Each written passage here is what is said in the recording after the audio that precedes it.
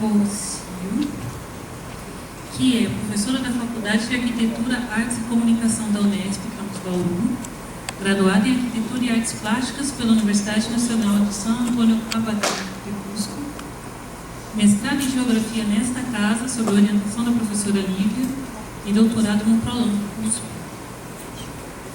Ela é coordenadora do grupo de pesquisa Arquitetura, Teoria e Projetos, presidente executiva do Centro Internacional para a Conservação do Patrimônio e membro do Grupo Internacional de Recerca em Arquitetura e Sociedade, da Universidade Politécnica da Catalunha.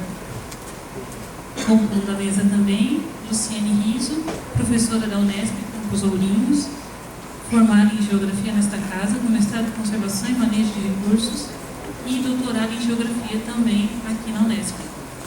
Ela é líder do grupo de pesquisa, estudos de paisagem, cultura e território, geopaisagem, e colabora com o grupo Patrimônios do CNPq. É um prazer recebê-las aqui. E vamos começar os trabalhos, porque a gente já está muito avançado na aula. Professora Rocio. Mas é todo.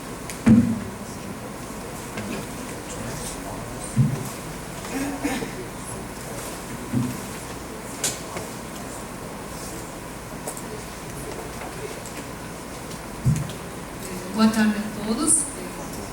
Eu fui apresentada, obrigada pelo convite. E de manhã eu vi a mesa que estava composta por Eduardo e eu vi que realmente esses geógrafos se deram muito bem com a questão de vasculhar a vida acadêmica da Lívia, que é realmente muito interessante. Eu até falei, nossa, quanta informação, Eduardo. Eu fui orientada da Lívia de Oliveira no mestrado. A minha dissertação foi sobre a organização do espaço urbano no Centro Histórico de Cusco, no Peru. Pelo meu sotaque, eu vou falar, né? Eu não sou brasileira, sou peruana, esse sotaque também, né? E aí eu trouxe esse tema sobre a percepção da paisagem cultural em centros históricos. Um dos temas que abordam as pesquisas é sobre centros históricos. Preparar esse tema, para mim, principalmente, foi uma questão de poder abordar alguns conceitos que eu considero fundamentais, e vou passar nos slides. Isso. Então, tem alguns temas importantes que devem ser abordados para a compreensão da paisagem cultural, que são, logicamente, começando pelo conceito de paisagem cultural, centros históricos, cronotopos, cultura, memória, gestão e percepção. Então, a configuração da paisagem cultural em centros históricos, regularmente e administrada pela gestão pública e construída por agentes sociais, impacta em nossos sentidos e interfere na tomada de decisões, valores e na relação com o espaço urbano. Os contextos históricos compreendem as cidades, os centros, os conjuntos, os monumentos e os jardins históricos. Em especial, os centros históricos expressam o traçado inicial da cidade. São estruturas urbanas e arquitetônicas que expressam as manifestações políticas, econômicas, sociais, culturais e tecnológicas das formações sociais dos diferentes períodos históricos por meio dos quais evoluem. Estruturas unitárias ou fragmentárias, ainda que se tenham transformado ao longo do tempo, e se apresentam como testemunhas da civilização do passado. Os centros históricos necessariamente têm como categoria a administrativa, ou seja, tem que ter sido tombados, já seja pelo IPHAN ou pela CONDEPHAT no estado de São Paulo. Ainda os centros históricos têm um valor especial como testemunho histórico ou características urbanísticas ou arquitetônicas particulares. Agora veamos o conceito de paisagem cultural. Vem da geografia cultural e refere-se aos resultados de interação entre ações humanas e a paisagem primária, que se desenvolve no tempo.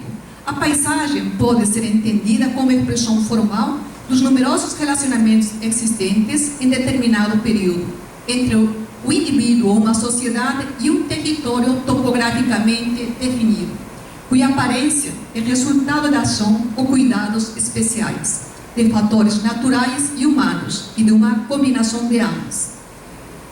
Quanto mais modificada é a paisagem cultural, ela se torna mais cultural, mais resultado da ação do homem.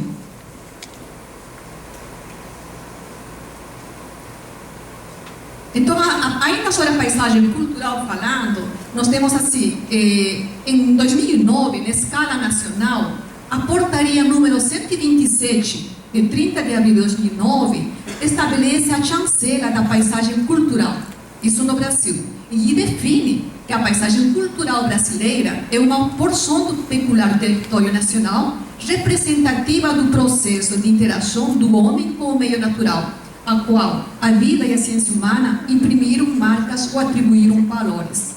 A paisagem cultural brasileira é declarada por Sanchena e instituída pelo IPHAN.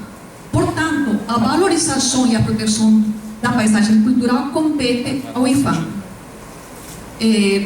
Aqui temos nas figuras, primeiro temos o Rio de Janeiro, a paisagem cultural, que inclusive foi a primeira paisagem cultural tombada pela Unesco em julho de 2012. Também temos o Centro Histórico de Ouro Preto, que foi tombado como conjunto urbano e arquitetônico pela relevância da arquitetura barroca, foi tombada pela Unesco como patrimônio mundial em 1980. Nós temos ainda o que seria Canudos, na Bahia, também outra paisagem cultural que está em processo de chancela pelo IPHAN.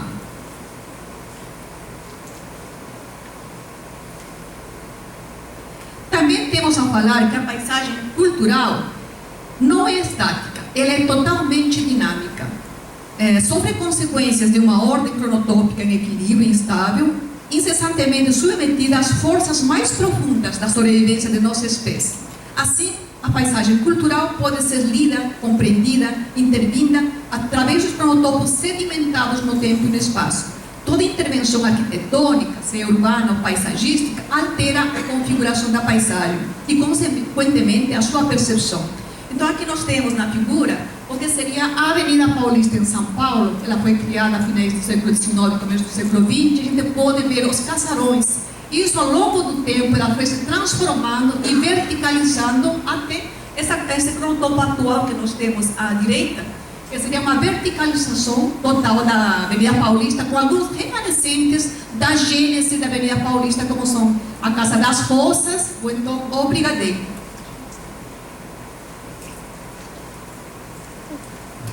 Também a paisagem primária é construída e transformada continuamente pela cultura.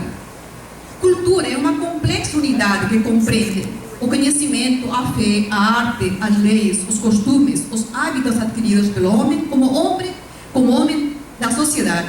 A paisagem cultural em centros históricos sedimenta as diversas manifestações históricas, culturais, sociais, políticas e tecnológicas das formações sociais nos diferentes períodos históricos, por meio dos quais evoluiu. Portanto, seu valor excepcional do ponto de vista da história, da arte e da ciência devem ser salvaguardados para preservar a cultura, a identidade e a memória. Temos que entender por identidade cultural como a riqueza que dinamiza as possibilidades de realização da espécie humana ao mobilizar cada povo e cada grupo e nutrir-se de seu passado, e acolher as contribuições extremas compatíveis com sua especificidade e continuar assim o processo de sua própria criação. E a memória coletiva pode ser compreendida como um sistema organizado de lembranças cujos suportes são os grupos socioespaciais e temporalmente situados. Aqui nós temos aí na imagem a Estação Central da Noroeste, em Bauru, que quando a gente fez uma pesquisa sobre complexo ferroviário patrimônio industrial, nós perguntamos aos bauruenses realmente o que vinha na cabeça deles quando ouviam a palavra Estação da Noroeste. Para eles representava o trem. O que seria o trem? Era o funcionamento realmente das estações e da Noroeste, como foi um dos objetivos, o transporte de passageiros, o transporte do café, né? E a expansão das cidades do oeste paulista. Então essa memória intensa que tem no bauruense, realmente essa questão do trem. Essa seria a memória e identidade que nós temos em Bauru, inclusive tombada pelo Conde Padre recentemente. Também vamos falar agora sobre a percepção. A percepção é o ato de perceber, adquirir conhecimento pelos sentidos, visão, audição, olfato, tato e gustação. A percepção sempre está ligada a um campo sensorial e ficará consequentemente subordinada à presença do objeto, que lhe confere um conhecimento por conotação imediata. A percepção trata da relação entre o ambiente e seus usuários e dos estímulos provocados por esse ambiente sobre os sentidos de seus usuários. E a cognição é o processo mental mediante o qual, a partir do interesse e da necessidade, estruturamos e organizamos nossa interface com a realidade e o mundo. Selecionamos as informações percebidas, armazenando-as e conferindo o significado. O significado que é atribuído ao objeto percebido pode ser diferente de pessoa a pessoa. E isso é em função das características individuais, dos valores, dos símbolos, dos costumes, da cultura, da personalidade, do gênero, da idade, né? das classes sociais, da renda e da procedência. Segundo Rapoport, cognição pode ser entendida como um processo mental que intervém entre a percepção e o conhecimento sobre o entorno. A antropologia entende a cognição relativa à construção do mundo como sua categorização em diferentes domínios e dominação. No significado mais comum psicológico, descreve como aprendemos as coisas sobre o mundo, construímos mapas mentais, nos orientamos e navegamos, ou seja, como operamos no mundo. Paralelamente, a questão afetiva compreende as emoções, estados de ânimo, qualidades sensoriais, significados, entre outros, provocados pelo entorno. Mas outra questão importante na paisagem cultural é se perguntar, realmente, quem configura essa paisagem? Quem regulamenta essa paisagem cultural? Né? Não basta a gente ter essa paisagem já configurada, mas temos que entender quem realmente trata da gestão. Nós temos aqui, na gestão da paisagem cultural, intervém 3 instâncias: a federal, a estadual e o governo municipal. E tratando-se de centros históricos, também intervém na configuração e preservação da paisagem cultural as instituições de preservação do patrimônio. Então, na escala federal, nós temos o IFAM, né, que é o Instituto do Patrimônio Histórico Artístico Nacional. Na escala estadual, no caso do Estado de São Paulo, o CONDEFAT. E na escala municipal, os Conselhos de Preservação do Patrimônio. Então, todos esses governos e instituições de preservação, elas também vão, com certeza, criar as leis, as normas urbanas, os programas e projetos públicos, que seriam os equipamentos coletivos, inclusive dentro dessa habitação social, a preservação do patrimônio. Mas na escala municipal, realmente nós temos quem configura, quem define o plano diretor, as normas urbanas, os usos do solo, os recursos, os gabaritos, né? Os loteamentos, a expansão da cidade, né? Todo esse espaço cultural seja construído em espaços públicos é a gestão pública. Então, nós estamos vendo toda essa paisagem que nós temos nas cidades, do Porto Médio, as metrópoles, ela é configurada e regulamentada realmente pelos governos federal, estadual e municipal. Que, logicamente, nos conselhos participam também outros agentes sociais, como seriam as empresas imobiliárias, os proprietários das terras, as associações, a população organizada, etc. Também é importante saber que essa percepção da paisagem cultural, ela se dá quando nós temos uma dimensão física, ou seja, a paisagem configurada. A partir da paisagem configurada, nós percebemos, né, sentimos, colocamos nossas necessidades, nossas expectativas e nós desenvolvemos as atividades, ou seja, a dimensão social. Para entender realmente como está configurada essa paisagem cultural, então eu vou me deter a falar sobre os elementos da dimensão física. Nos elementos da natureza temos a água, a terra, o sol, ar, a flora e a fauna. Os elementos fixos e semifixos eu vou trazer da definição do Ramos Rapoport, com os quais define que elementos fixos seriam todos aqueles elementos que dificilmente são transformados, como os edifícios, a infraestrutura, a rede elétrica, de água, de esgoto, pavimentos, praças, ou seja, desenho das praças e parques. E elementos semifixos seriam aqueles que podem facilmente ser transformados, como o mobiliário urbano, ou seja, lixeiras, bancos, orelhões, né, luminárias, o paisagismo, ou seja, o desenho próprio das praças, dos parques, e a comunicação visual. Aqui Aqui nós temos, nas figuras, o Centro Histórico de Paraty, um pouco para ilustrar o que seriam os elementos fixos. Então temos as edificações, né, e o pavimento das ruas como elementos fixos. E do outro lado nós temos uma praça no Centro Histórico de Itu, onde nós podemos apreciar o paisagismo, a luminária, os bancos como elementos semifixos. Outra questão interessante também para a compreensão da paisagem é entender realmente como se dá a organização espacial das edificações e dos espaços públicos. Então, a gente recorre à definição do Gale. O Gale tem dois livros interessantes, um deles é Cidade para Pessoas, né, que é bem interessante dessa área, dentro da área da geografia humana, que é um livro muito realmente interessante. Ele vai fazer uma comparação da cidade tradicional e a cidade moderna. Então, nós temos aqui na paisagem cultural e organização espacial, temos as categorias agrupar, dispersar, integrar, segregar, atrair, repelir, abrir e fechar. Também essas categorias vão interferir na percepção da paisagem cultural. Então, agrupar e dispensar, é necessário agrupar as pessoas para a realização de atividades sociais.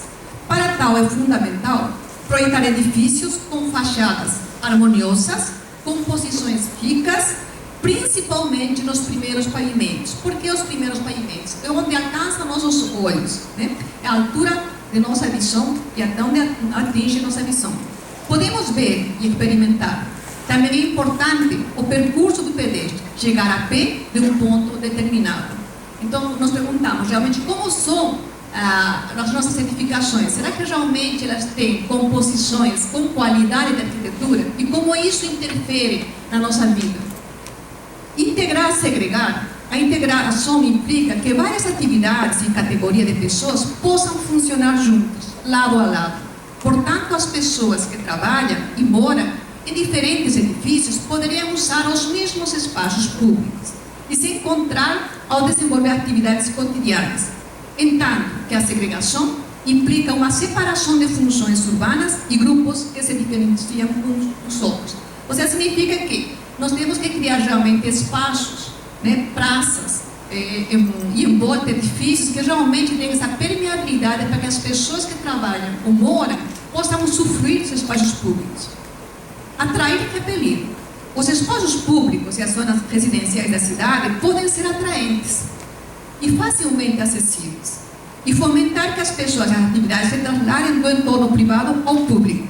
Portanto, é importante criar espaços de transição entre os espaços públicos e privados.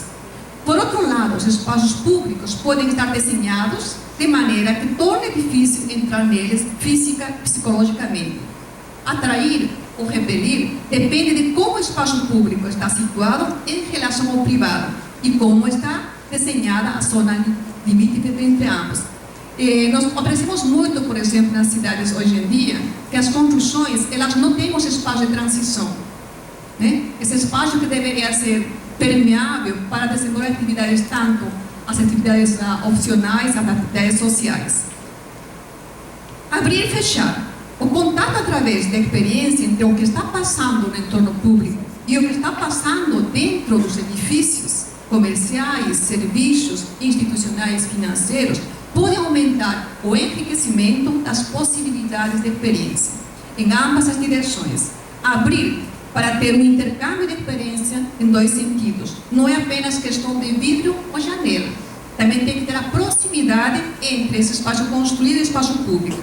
Nesse sentido, criar edificações com poucas esquadrias voltadas à rua ou paredes cegas evita experiências vivenciadas entre as pessoas dos edifícios e as pessoas dos espaços públicos. Aqui na figura nós temos a dimensão social, ou seja, realmente quando nós temos um espaço configurado, dependendo da qualidade desse espaço configurado, as pessoas, através da percepção que nós temos desse espaço configurado, das necessidades e expectativas, nós podemos desenvolver atividades, né, que são, segundo eu, as atividades obrigatórias, opcionais e sociais. As obrigatórias são aquelas atividades que necessariamente fazemos todo dia, que não interessa a qualidade do espaço, não interessa a qualidade da paisagem. Quando, por exemplo, nós vamos ao trabalho, levamos o filho na escola, vamos a fazer uma compra no mercado, né? Necessariamente fazemos esse percurso. Tá? Esse é obrigatório.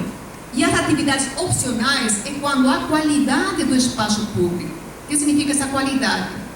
Pode ser uma calçada larga, uma rua tranquila, pode ser uma arquitetura com composições ricas, na qual a gente para contemplar a paisagem, para observar, para tomar um sol.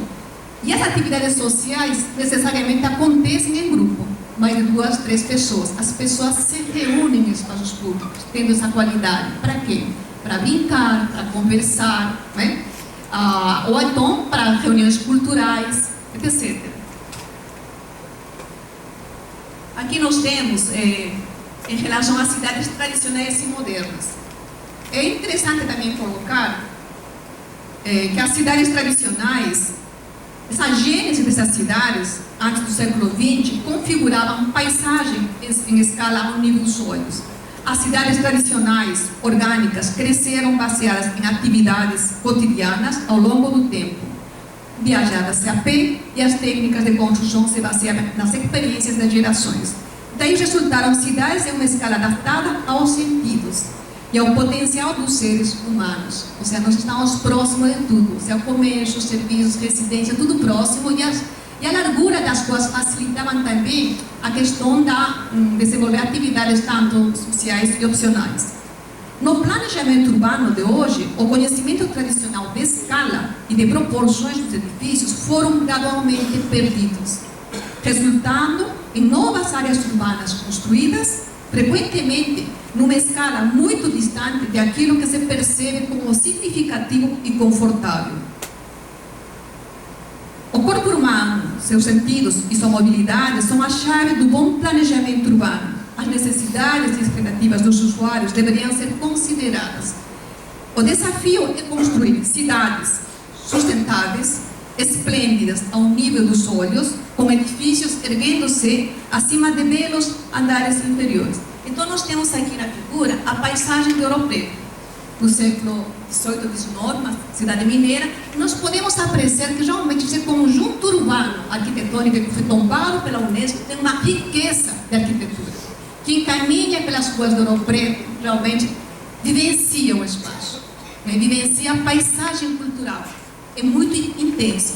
Entanto, que por exemplo nós temos a paisagem de Brasília, é diferente, é urbanismo moderno, onde estão segregadas as funções. Então nós temos, por um lado, o setor administrativo de Brasília, onde estão esplanados os ministérios, né? Totalmente os edifícios um distante dos outros. Temos então nas duas áreas a parte residencial, na parte central a hoteleira. Essa segregação de funções cria realmente cidades frias, cidades impessoais, né? Essa é a crítica que a gente faz a esse urbanismo moderno. Aqui também temos a questão das fachadas passivas e ativas e como elas interferem na percepção das pessoas. Nós temos, por exemplo, aqui no Centro Histórico de Cuiabá, à esquerda, a gente tem uma edificação que era com certeza residencial, né? No período colonial, cidades eram no pavimento superior residenciais e no térreo comércio ou serviços.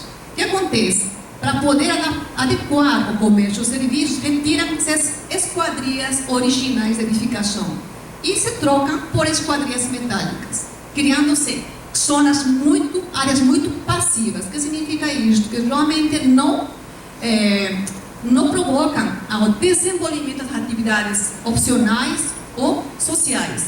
Entanto que, por exemplo, em Ouro Preto, nós temos as fachadas totalmente ativas. Vemos a riqueza de arquitetura nas ruas, né? Essa arquitetura rica, ela possibilita diferentes experiências, diferentes atividades, sejam atividades opcionais, somente passear nas ruas, contemplar a paisagem, né? Ou também as atividades sociais, eu me encontrar com um amigo, conversar e parar. Isso é a paisagem realmente cultural. Também outra questão que interfere na percepção das pessoas é a distância entre os edifícios, né? Pensemos, normalmente Brasília, quem já foi para Brasília sabe o que estou falando, né? A gente vê na esplanada e fala, nossa, vou caminhar um tanto, quanto? 1 quilômetro, né? Com um sol forte pra caramba, não tem a vegetação, né? E nós vemos o distanciamento entre os edifícios. Isso é uma escala que não é humana, né? É uma escala muito fria e pessoal. Do outro lado, nós temos o Centro Histórico de Itu, né? Uma cidade colonial, onde as ruas são estreitas, as edificações estão alinhadas à calçada, né? As arquiteturas são ricas enquanto a composição das fachadas, então possibilitam realmente a realização das atividades, né? Opcionais, ou seja, passear, andar, observar, contemplar. Também temos as fachadas dos edifícios. Outra questão interessante da gente ver é que as edificações, por exemplo, que têm pavimentos térreos ou sobrados, como é no caso aqui do Centro Histórico de Salvador, né? Ela tem também essa riqueza de arquitetura. Isso também influencia na nossa percepção. Por outro lado, nós temos aqui na rua São Bento, em São Paulo, a rua estreita e a verticalização das edificações. Até onde nós enxergamos? Qual é a nossa percepção na rua? Certeza, são os primeiros pavimentos. E qual é realmente a composição, o tratamento das fachadas nos primeiros pavimentos? Será que são fachadas humanizadas, com qualidade de arquitetura? A gente não consegue enxergar, quando a gente passa pela São Bento, por exemplo, a totalidade do edifício, a não ser que seja a distância, né? Ou você habitar. Outra questão também que intervém na nossa percepção e muito, e hoje a gente até fala, nossa, quase todas as cidades, parece que as cidades foram construídas para automóvel e não foram construídas para o ser humano. Olha a preferência que nós temos. Eu estou morando aqui há 20 anos em Bauru, mas é incrível. A preferência é do automóvel. As ciclovias só são permitidas aos domingos. Parece que o ser humano só tem que se exercitar ao domingo, né? E durante a semana é parada de automóvel. Tá? Então nós temos, por exemplo, assim, se vamos continuar criando, priorizando as ruas para os veículos, vamos ter que apagar as atividades opcionais e sociais das pessoas. Ou seja, nós estaríamos criando cidades humanizadas. Por outro lado, o Centro Histórico de Paraty, nós temos que um dos primeiros centros históricos que realmente criou as ruas para pedestres. O caminhar, o andar na rua é muito mais tranquilo. Também temos a questão dos usos do solo, também influencia na percepção das pessoas. Então, por exemplo, ruas que apenas são comerciais de serviços, não são ruas, digamos, ativas. Por que não são ruas ativas? Porque quando termina a hora de funcionamento do comércio ou serviço, se torna uma rua vazia, insegura, onde não transita ninguém. Entanto que centros históricos com ruas, com usos fixos, como a residencial com comércio ou residencial serviços, são realmente ruas muito ativas. 24 horas as pessoas caminham, andam, né? E como já dizia Jacob, que os olhos na rua são os que dão segurança às pessoas. Outra questão importante também na percepção são os rios. A pesquisa sobre os rios urbanos. Olha quanto interfere na nossa percepção. Quem foi para São Paulo já sabe disso. Estava chegando já próximo do Rio Tietê, vamos fechar os vidros porque o cheiro é forte, né? É uma questão que realmente, né, ela vai espantar as pessoas. Então não há como desenvolver atividades no Tietê. Entanto que no Rio Sena, em Paris, é um rio totalmente tratado. Aqui se desenvolvem atividades opcionais, as pessoas caminham, contemplam, passeiam.